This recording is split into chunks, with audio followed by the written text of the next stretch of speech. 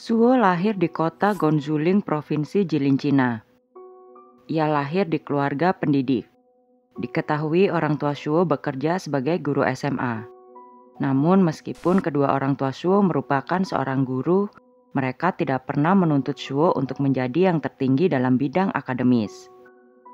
Hal ini karena menurut orang tua Suo, menjadi laki-laki yang baik dan bertanggung jawab lebih penting dibandingkan angka yang tertulis di selembar kertas. Namun walaupun tuntutan kedua orang tuanya tidak terlalu besar, Suo merasa ia harus bisa membalas budi atas kerja keras kedua orang tuanya dengan memiliki nilai akademis yang bisa membanggakan mereka. Setelah lulus SMA, karena memiliki nilai akademis yang mumpuni, Suo pun akhirnya melanjutkan pendidikannya di Hebei Chengde Petroleum College, di mana ia bertemu dengan seorang wanita yang bernama Yu. Pertemuan Suo dan Yu pun bisa dibilang sangat tidak disengaja. Kala itu ketika Suo sedang belajar untuk ujian semester pertamanya di perpustakaan, konsentrasinya tiba-tiba buyar ketika ia mendengar dua orang sedang bertengkar di dalam perpustakaan tersebut. Ia pun menoleh dan melihat Yu tengah berdebat dengan seseorang karena kursinya telah diduduki oleh orang lain. Karena keributan itu, Suo kemudian mengemasi barangnya dan berencana untuk belajar di tempat lain. Namun sebelum ia pergi, Suo pun melerai perdebatan kedua orang tersebut, dan ia kemudian meminta Yu untuk menduduki kursinya.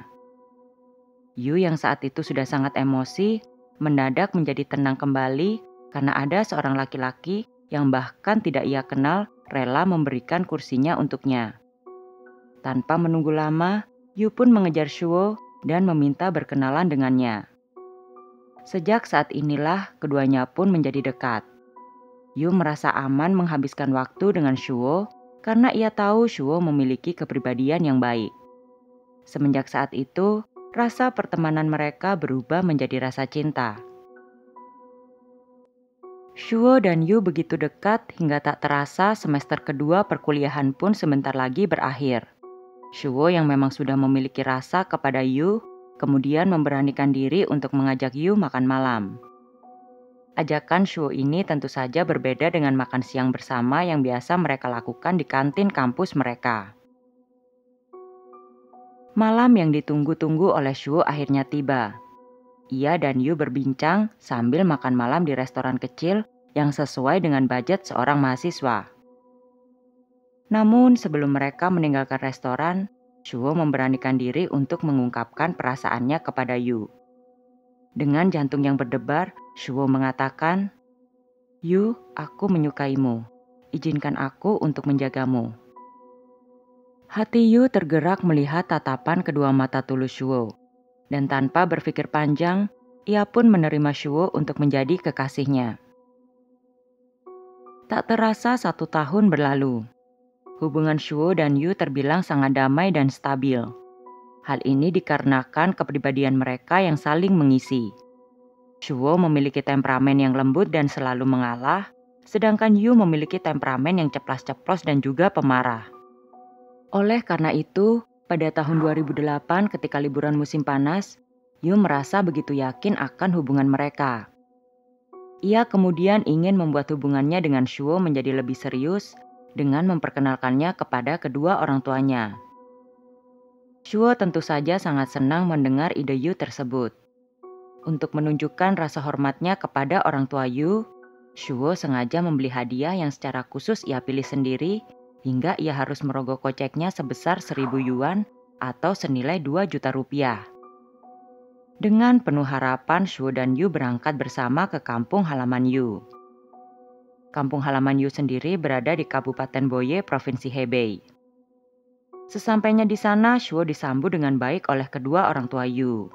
Yu kemudian membiarkan Suo berbincang berdua dengan ayahnya agar mereka bisa lebih dekat. Ayah Yu yang bernama Shi Jin kemudian bertanya tentang keluarga Suo, termasuk pekerjaan yang dimiliki orang tuanya. Suo pun menjawab dengan sopan dan mengatakan bahwa ia berasal dari daerah kecil dan tinggal di pedesaan. Suo juga menceritakan bahwa orang tuanya memiliki profesi sebagai guru. Mendengar hal tersebut, raut muka Shi Jun langsung berubah. Meskipun ia tidak mengatakan apapun yang menyakitkan kepada Shuo, namun Shuo dapat merasakan dari raut muka dan gestur ayah Yu bahwa latar belakangnya kurang memuaskan bagi keluarga Yu, terutama ayah Yu. Awalnya Yu dan Shuo memiliki rencana untuk mengunjungi orang tua Shuo di kampung halamannya setelah ia mengunjungi ayah Yu. Namun ketika hendak berpamitan, ayah Yu, si Jun, meminta Yu untuk tinggal dengan mengatakan bahwa ia masih merindukan putrinya. Shuo pun menerima hal itu dengan lapang dada. Ia tidak mempermasalahkan dan mencoba mengerti kerinduan si Jun kepada putrinya. Walaupun di satu sisi, Shuo sebenarnya tahu bahwa ayah Yu hendak mengatakan sesuatu kepada Yu perihal ketidakpuasannya. Shuo memilih pasrah namun tetap berusaha yang terbaik. Dan apa yang Shuo pikirkan itu memang benar. Setelah memastikan Shuo telah pergi, si Jun memarahi Yu dengan keras. Ia sangat kecewa kepada Yu karena ia membawa pulang laki-laki yang tidak sepadan dengan keluarganya. Ia pun merasa sangat dirugikan ketika ia harus menyekolahkan Yu begitu tinggi jika akhirnya Yu memiliki hubungan dengan laki-laki kelas bawah. Yu kemudian membantah perkataan ayahnya itu dan mengatakan bahwa ia dan Shuo memiliki hubungan yang sangat baik dan mereka berencana untuk menikah. Yu juga mengancam sang ayah untuk tidak melakukan hal-hal yang dapat memisahkan ia dan Shuo. Dalam hati Yu merasa begitu sedih. Ia tidak menyangka ayahnya yang biasanya selalu berpikiran terbuka bisa menjadi seperti ini. Mendengar perkataan putrinya itu, si Jin menjadi semakin murka.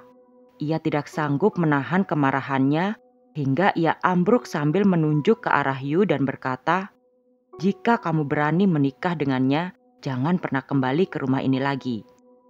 Yu tidak membalas perkataan sang ayah, namun ia kemudian pergi sambil membanting pintu. Yu yang saat itu masih dalam keadaan kalut, lalu menelpon Shuo dan menanyakan keberadaannya.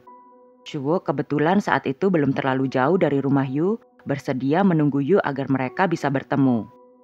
Keduanya pun akhirnya bisa bertemu. Yu menceritakan semua perkataan ayahnya kepada Shuo. Sambil menangis Yu berjanji kepada Shuo bahwa ia tidak akan pernah meninggalkannya. Dan jika memang ia harus kawin lari agar bisa menikah dengan Shuo, ia akan sangat rela melakukannya. Setelah mendengar hal itu, hati Shuo pun sangat tersentuh. Ia kemudian memeluk Yu dan mereka berdua menangis bersama. Shuo berjanji di dalam hatinya bahwa kelak ia akan melakukan apapun untuk membahagiakan Yu yang kini tengah menderita karena berhubungan dengan dirinya. Setelah mereka selesai meluapkan kesedihan mereka, Shuo kemudian membujuk Yu untuk tidak terlalu kasar kepada ayahnya dan mencoba mengambil hati ayahnya secara perlahan-lahan. Shuo juga berusaha menguatkan Yu dengan mengatakan bahwa ia tidak akan pernah menyerah apapun perbuatan ayahnya kelak kepada dirinya. Setelah mengatakan itu, Shuo kemudian berpamitan kepada Yu karena ia juga sudah memiliki janji akan pulang kepada kedua orang tuanya. Sesampainya di rumah orang tuanya, Shuo tidak mengatakan apapun perihal penolakan ayah Yu kepada dirinya. Ia hanya menceritakan kebaikan-kebaikan yang dimiliki oleh Yu. Orang tua Shuo begitu termakan oleh perkataan Shuo. Oleh karena itu mereka berpesan kepada Shuo untuk sesegera mungkin memperkenalkan Yu kepada mereka. Setelah musim panas berakhir, baik Shuo maupun Yu kembali ke kampus mereka. Setelah beberapa waktu tidak bertemu, Yu dan Shuo begitu merindukan satu sama lain. Mereka pun begitu mesra ketika bersama, hingga membuat teman-teman kampus mereka yang lain menjadi iri. Mereka tidak tahu di balik kemesraan itu terdapat penolakan yang begitu kuat dari ayah Yu. Hubungan Yu dengan Shuo tetap terjalin indah hingga mereka lulus kuliah pada tahun 2010. Shuo langsung mendapatkan kesempatan untuk bekerja di perusahaan minyak di kota Wuhan. Sedangkan Yu harus kembali ke kampung halamannya di Sichuan dan bekerja di perusahaan minyak di kota setempat. Dengan bantuan relasi sang ayah, Yu mendapatkan jabatan yang cukup tinggi di tempatnya bekerja itu. Kini Yu dan Shuo menjalani hubungan jarak jauh karena pekerjaan mereka. Shuo kini harus merantau seorang diri di Wuhan tanpa kedua orang tuanya dan Yu. Ia kini belajar benar-benar hidup mandiri. Oleh karena itu, tiap waktu luangnya selalu ia habiskan untuk berkomunikasi dengan kedua orang tuanya dan juga Yu lewat telepon. Setelah itu, Shuo akan menghabiskan waktunya untuk membaca. Oleh karena kebiasaannya itu, Shuo dapat menyisihkan gajinya untuk ia tabung dan juga untuk ia kirim kepada kedua orang tuanya. Diketahui gaji Shuo di perusahaan minyak tersebut sekitar 6.000 yuan atau sebesar 13 juta rupiah. Seiring berjalannya waktu, hubungan jarak jauh nampaknya mulai membuat Yu risau. Ia kini lebih sering meributkan hal-hal sepele ketika ia dan Shuo berbincang lewat telepon. Di setiap pertengkarannya dengan Shuo, Yu juga tidak sungkan mengatakan kata-kata putus kepada Shuo. Namun tindakan Yu tersebut bukan tanpa sebab. Yu yang berjauhan dari Shuo kini nampaknya mulai kewalahan menghadapi ayahnya. Karena kini ia bekerja di kampung halamannya, otomatis ia akan tinggal di rumah keluarganya. Di saat itulah ayah Yu selalu membujuk Yu untuk memutuskan hubungan dengan Shuo. Ketika Yu terus menolak permintaan ayahnya, sang ayah akan kembali murka dan membuat suasana keseharian di rumah Yu menjadi lebih panas daripada neraka. Yu di titik yang begitu lelah dan juga merindukan Shuo. Oleh karena itu, ia kini menjadi lebih sensitif dan juga putus asa akan hubungannya dengan Shuo. Patut diingat, Yu memiliki temperamen yang sama dengan ayahnya. Oleh karena itu, Yu selalu melampiaskan kekesalannya kepada Shuo. Shuo pun di satu sisi memahami apa yang dirasakan oleh Yu. Ia seolah-olah menjadi duri dalam daging di antara hubungan Yu dan ayahnya. Oleh karena itu, Shuo selalu berusaha untuk meredam kemarahan Yu dengan cara apapun. Pada suatu hari, perdebatan mengenai hubungan Yu dan Shuo kembali terjadi. Yu yang sudah tidak sabar pun membalas perkataan ayahnya dengan mengatakan bahwa ia tidak akan pernah menikah selain dengan Shuo. Jika ia tidak menikah dengan Shuo, ia berjanji bahwa ia tidak akan menikahi siapapun. Ayah Yu tentu tambah murka mendengar perkataan Yu yang begitu lantang. Dengan penuh amarah, ayah Yu kemudian berencana untuk ke Wuhan agar bisa berbicara secara langsung dengan Shuo untuk menjauhi putrinya. Namun rencana itu urung dilakukan karena ibu Yu berusaha menenangkan suaminya itu. Shuo yang kembali mendengar pertengkaran Yu dan ayahnya tersentuh akan kegigihan Yu. Namun ia tidak bisa berbuat banyak selain meminta Yu untuk bertahan sampai ia bisa menabung dan segera membawanya pergi dari rumah keluarganya itu. Yu tentu saja tidak puas dengan jawaban Shuo. Ia merasa Shuo membuatnya selalu menunggu dan membiarkannya menerima caci maki ayahnya seorang diri. Yu mengharapkan Shuo untuk bisa melindunginya dari kemurkaan sang ayah. Karena hal inilah, Yu kembali merasa ragu dan putus asa. Semua hal itu ia sampaikan kepada Shuo, bahwa betapa ia merasa seorang diri dalam mempertahankan hubungannya tanpa tindakan yang jelas dari pihak Shuo. Yu kemudian meminta kepada Shuo untuk mengakhiri hubungan mereka secara baik-baik. Mendengar perkataan Yu yang kini begitu putus asa, Shuo tak kuasa untuk menahan tangisnya. Ia kemudian berjanji kepada Yu bahwa mereka akan bertemu secepatnya. Kali ini Shuo yakin bahwa Yu memang tidak sedang emosi sesaat. Selama bertahun-tahun berhubungan dengan Yu, Shuo tahu betul ketika Yu hanya ingin mengeluarkan kata-kata yang menyakitinya ketika ia marah, atau Yu benar-benar serius akan perkataannya. Oleh karena itu, kali ini Shuo melakukan hal yang nekat. Keesokan harinya Shuo langsung mengundurkan diri dari tempatnya bekerja. Setelah itu ia langsung melakukan perjalanan ke kampung halaman Yu di Pengzhou, Sichuan untuk mencari pekerjaan di sana. Di Sichuan ia melamar di perusahaan yang sama dengan Yu. Namun tanpa memiliki koneksi, Shuo ditempatkan di unit yang berbeda dari Yu. Yu bekerja di belakang meja dengan jabatan yang cukup tinggi dan juga gaji yang pasti melebihi Shuo. Sedangkan Shuo berada di divisi terbawah di perusahaan tersebut. Namun Shuo tetap puas asalkan ia kini bisa berdekatan dengan Yu dan dapat melindungi Yu dari kemurkaan ayahnya. Yu di satu sisi juga sangat gembira dengan keputusan dan keberanian Shuo. Ia lalu mengusulkan agar mereka segera menikah. Usulan Yu itu langsung ditanggapi oleh Shuo. Keesokan harinya, Shuo menyambangi kediaman Yu untuk meminta Yu secara langsung kepada ayah Yu. Dengan tegas ayah Yu menolak permintaan Shuo tersebut dan mengusirnya. Yu di satu sisi tentu saja tidak kaget melihat reaksi ayahnya. Setelah kejadian itu, Yu diam-diam mengurus administrasi pernikahannya dengan Shuo tanpa persetujuan ayahnya. Dari sini tidak diketahui secara jelas bagaimana Yu mendapatkan berkas-berkas yang dibutuhkannya untuk menikah, seperti surat persetujuan orang tua dan lain sebagainya. Namun pada akhirnya, pada tanggal 6 Juni 2013, Yu dan Shuo dapat menikah dengan sah di catatan sipil. Yu yang kini akhirnya telah resmi menjadi istri Shuo, tidak bisa berbahagia untuk waktu yang lama. Ia masih harus berurusan dengan ayahnya. Ia kemudian menemui sang ayah dan menunjukkan akta pernikahannya dengan Shuo.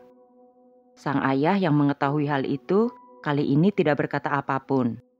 Namun ia melampiaskan kemarahannya dengan menghancurkan barang-barang yang ada di rumahnya hingga ia harus dihadang oleh beberapa tetangganya agar tidak melakukan hal yang lebih jauh.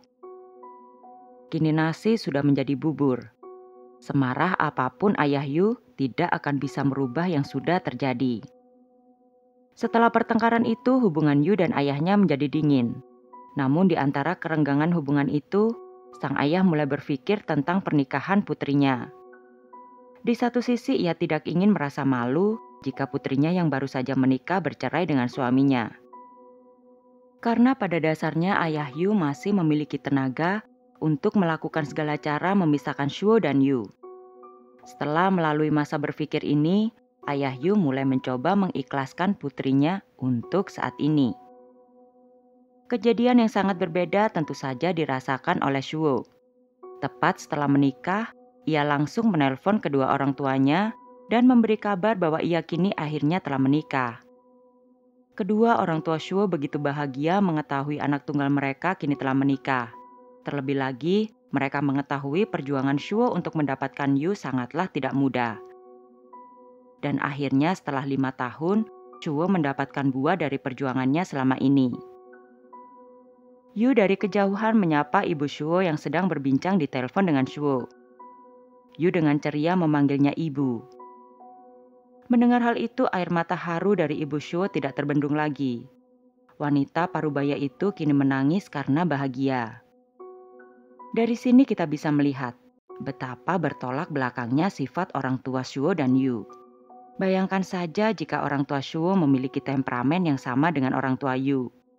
Tentu saja mereka tidak akan membiarkan putranya diinjak-injak oleh keluarga orang lain selama bertahun-tahun. Bahkan mungkin mereka akan melampiaskan kekesalan mereka kepada Yu. Tak lama setelah menikah, orang tua Yu meminta untuk melaksanakan pernikahan Yu dan Shuo. Mereka juga menuntut beberapa hal seperti rumah dan mobil agar Yu dapat hidup dengan layak. Orang tua Shuo pun menyanggupi permintaan orang tua Yu dengan harapan bahwa mereka dapat menghantarkan putra mereka dengan baik sehingga kelak orang tua Yu akan bisa menghargai Shuo. Di desa orang tua Shuo menjual apapun yang bisa mereka jual. Mereka juga memberikan semua uang simpanan mereka, termasuk uang gaji yang selalu diberikan Shuo selama ia bekerja kepada mereka yang tidak pernah mereka gunakan. Hingga akhirnya pada tanggal 3 Mei 2015 di kota Mao Chengxi, Shuo dan Yu dapat melakukan pernikahan mewah dengan menghabiskan uang sebanyak 360.000 yuan atau sekitar 787 juta rupiah. Setelah itu orang tua Shuo juga memberikan hadiah uang sebesar 210.000 yuan atau sekitar 459 juta rupiah kepada Shuo dan Yu. Uang itu sebagian dipergunakan Shuo dan Yu untuk membeli sebuah mobil dan kemudian 50.000 yuan sisanya mereka gunakan untuk membayar uang muka rumah mereka. Masa awal pernikahan bagi Shuo dan Yu merupakan masa yang paling membahagiakan. Mereka begitu menikmati setiap detik kebersamaan mereka. Selanjutnya untuk urusan keuangan, Yu tidak terlalu mempermasalahkannya. Dengan uang gaji yang diperoleh oleh dirinya dan Shuo, tentu mereka dapat hidup dengan layak. Walaupun gaji Shuo sangat jauh di bawah gaji yang didapat oleh Yu. Setelah kurang lebih 4 tahun menikah, Yu akhirnya hamil anak pertamanya. Masa-masa kehamilan ini tentu membuat Yu semakin sensitif, dan tentu saja yang selalu mendapatkan pelampiasannya adalah Shuo. Meskipun bekerja di satu perusahaan, tugas Yu dan Shuo di perusahaan itu tentulah sangat berbeda. Tuntutan pekerjaan Shuo mengharuskan ia bepergian selama 15 hingga 20 hari jauh dari kota tempat tinggalnya bersama Yu. Hal ini tentu saja membuat Yu uring-uringan. Karena di masa kehamilannya yang begitu sulit, ia harus mengurusi semuanya seorang diri dan tidak ada Shuo di sampingnya yang merawatnya. Untuk membuat Yu merasa tidak sendirian, Yu dan Shuo sepakat agar Yu kembali ke rumah orang tuanya ketika Shuo harus pergi keluar kota. Setelah tinggal bersama dengan orang tuanya, peringai Yu kini semakin menjadi-jadi.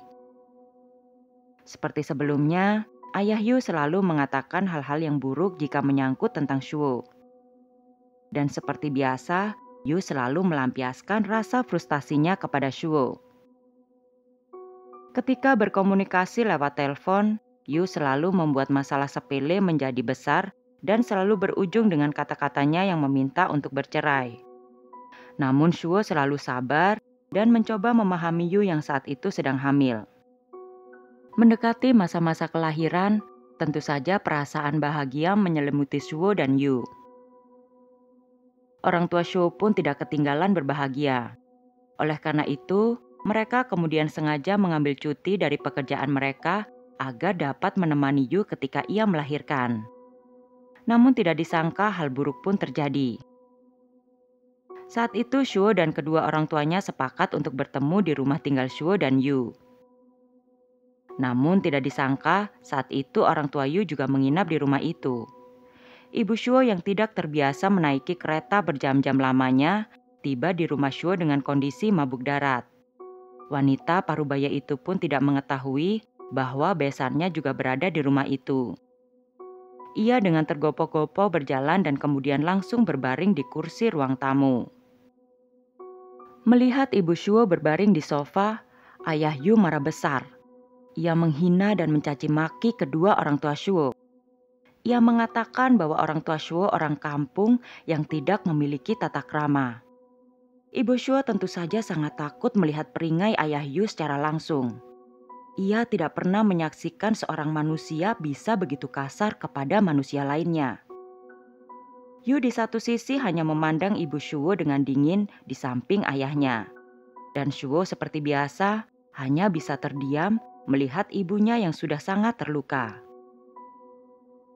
Melihat hal itu, ibu Shuo langsung pergi dan kembali ke kampung halamannya hari itu juga. Setelah beberapa hari berlalu, pada tanggal 28 Juli 2017, Yu pun melahirkan anak pertamanya dengan Shuo. Shuo menelpon kedua orang tuanya dan mengabarkan kelahiran cucu pertama mereka yang berjenis kelamin perempuan. Kedua orang tua Shuo menangis bahagia karenanya. Selain itu, alasan Shuo menelpon kedua orang tuanya adalah untuk meminta mereka untuk tinggal bersamanya dan Yu agar bisa membantu merawat bayinya yang baru lahir. Namun kali ini orang tua Shuo menolak. Mereka beralasan bahwa mereka tidak bisa meninggalkan pekerjaan mereka. Kemungkinan orang tua Shuo masih ragu untuk tinggal bersama Shuo dan Yu, karena mereka trauma akan peringai ayah Yu yang sangat kasar. Untuk membantunya merawat bayinya dan juga karena Shuo sering bepergian keluar kota, Yu akhirnya meminta ayah dan ibunya untuk pindah dan tinggal bersamanya. Orang tua Yu yang sekarang sedang menganggur tentu saja menyetujui hal itu. Sedangkan Shuo di satu sisi hanya bisa pasrah menerima keputusan istrinya itu. Rumah Shuo kini bagaikan neraka ketika ia pulang. Setelah berhari-hari tidak pulang, ia selalu harus menghadapi ayah Yu yang selalu menghinanya dengan mengatakan bahwa ia tidak kompeten dan caci makian lainnya yang sangat tidak pantas. Namun Shuo hanya bisa pasrah. Ia takut jika ia membalas perkataan ayah Yu, maka pertengkaran hebat akan terjadi, dan ia juga takut akan dijauhkan dengan bayinya karena pada saat ini terlihat jelas Yu sudah tidak berada di pihaknya. Yu selalu membela ayahnya dan bahkan mencaci maki dirinya bersama dengan ayahnya. Pada suatu hari ketika orang tua Yu sedang tidak berada di rumah, Yu dan Shuo kembali bertengkar. Pertengkaran itu dimulai karena hal yang sangat sepele. Shuo saat itu sudah sangat lelah karena ia baru saja kembali dari perjalanan bisnisnya. Karena sudah tidak kuat, Shuo pun mengiyakan permintaan Yu yang ingin bercerai darinya. Yu tentu saja kaget karena baru pertama kali Shuo membalas perkataan buruknya. Hal itu membuat Yu semakin mengamuk. Karena sudah tidak tahan, Shuo pun lalu pergi dari rumah. Shuo kini memilih untuk tidur di kamar hotel daripada melihat Yu yang mengamuk karena hal yang sangat tidak masuk akal. Keesokan harinya Shuo pun kembali pulang. Ia berharap saat ini Yu sudah meredam amarahnya. Namun ketika ia masih di depan rumah, ia melihat semua baju dan barang-barang pribadinya berserakan di depan rumah. Bahkan barang-barang berharganya pun sengaja dihancurkan oleh Yu. Ketika hendak masuk untuk meminta penjelasan dari Yu, pintu rumah itu tidak dapat ia buka. Ternyata sebelumnya Yu dan ayahnya sengaja mengganti kunci rumah. Kekejaman Yu tentu saja membuat Shuo merasa putus asa akan pernikahannya. Hingga akhirnya pada bulan November 2017, Shuo mengajukan gugatan cerai terhadap Yu ke pengadilan. Namun sayangnya gugatan itu ditolak oleh pengadilan karena anak mereka masih berusia di bawah 1 tahun. Kini Shuo tidak punya pilihan lain selain bertahan setelah ia diusir dari rumah. Shuo saat ini harus menyewa apartemen untuk ia tinggal. Rumah dan mobil yang dibeli oleh orang tuanya pun harus ia relakan dikuasai oleh Yu dan orang tuanya. Karena ternyata nama kepemilikan yang terdapat di surat mobil dan rumah semua di atas namakan Yu. Shuo terlalu naif hingga tidak mengira Yu akan bisa sampai sejauh ini. Selain itu gaji yang didapat oleh Shuo juga 80% dikirimkan kepada Yu. Oleh karena itu, ia kini harus bertahan hidup hanya dengan 20% gajinya. Karena itulah kini Shuo sangat kesulitan keuangan. Tak jarang ia harus meminjam uang dari teman-temannya untuk bertahan hidup. Shuo kini menyewa apartemen kecil dengan harga sewa 500 yuan dan untuk kehidupannya sehari-hari, Shuo hanya boleh menghabiskan 500 yuan. Dari bulan November 2017 hingga Januari 2019, Shuo dan Yu masing-masing mengajukan gugatan cerai. Namun entah mengapa, pengadilan masih menolak dan memberikan banyak alasan untuk tidak mengabulkan gugatan cerai mereka. Pengadilan juga tidak membantu banyak ketika Shuo mempermasalahkan perihal ia yang tidak diperbolehkan menemui putrinya oleh Yu selama 2 tahun terakhir. Selama bertahun-tahun hidup dalam penderitaan, Shuo tidak pernah menceritakan penderitaannya kepada orang tuanya. Orang tua Shuo benar-benar tidak tahu menahu kondisi rumah tangga putranya itu kini telah hancur lebur. Hingga pada tanggal 9 Januari 2019, orang tua Shuo sengaja ingin memberikan kejutan kepada putranya itu. Selain itu, mereka juga ingin mengunjungi cucu pertama mereka setelah 2 tahun lamanya. Ketika sampai di stasiun kota tempat tinggal Shuo, orang tua Shuo kemudian menelpon Shuo dan mengabarkan kejutan mereka itu. Shuo tentu saja panik dan segera bergegas untuk menjemput kedua orang tuanya. Setelah mereka akhirnya bertemu, Shuo mengajak orang tuanya ke apartemen kecilnya. Di sana Shuo akhirnya menceritakan semua kekejaman Yu dan ayahnya kepada dirinya. Orang tua Shuo tak kuasa menahan tangis dan amarah melihat putra mereka diperlakukan dengan sekeji itu. Keesokan harinya, tepatnya pada 10 Januari, Shuo dan kedua orang tuanya kemudian mengunjungi Yu di rumahnya. Orang tua Shuo berharap dengan kedatangan mereka, Yu dan Shuo akan sepakat perihal beberapa poin atas perceraian mereka, terutama jadwal bertemu dengan anak. Ketika melihat Shuo dan orang tuanya berada di depan rumah, Yu mulai seperti orang kerasukan.